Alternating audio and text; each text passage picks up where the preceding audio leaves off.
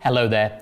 The active fund management industry is one of the biggest and most lucrative industries in the world. According to the Boston Consulting Group, it made profits in 2014 of $102 billion. And yet, only a tiny fraction of actively managed funds succeed in outperforming their benchmarks with any degree of consistency. So why should that be?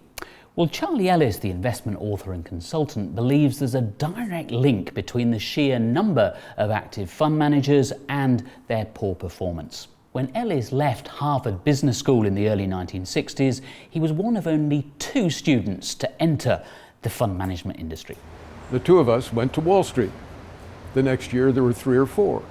By the time a decade had gone by, there were 50 or 100 coming in every single year. There's been a flood of extraordinarily ambitious, talented, well-educated, knowledgeable people coming into investment management. And as a group, those individuals, now a couple 100,000 of them all over the world, all competing for trying to figure out what the price of every single security ought to be, have done a very good job of figuring out what the prices really ought to be.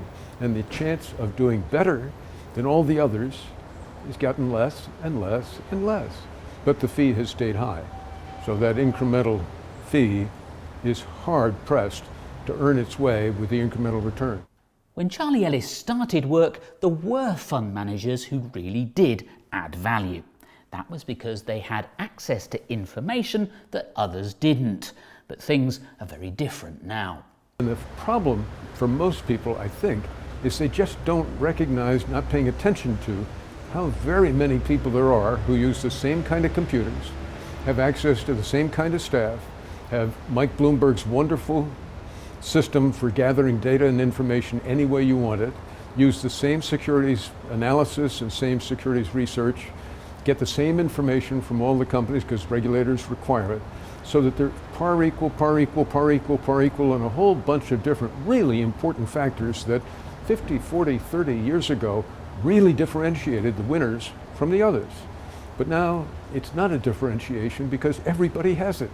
Charlie Ellis believes that slowly but surely both institutional and retail investors are realizing that active fund management isn't worth the expense.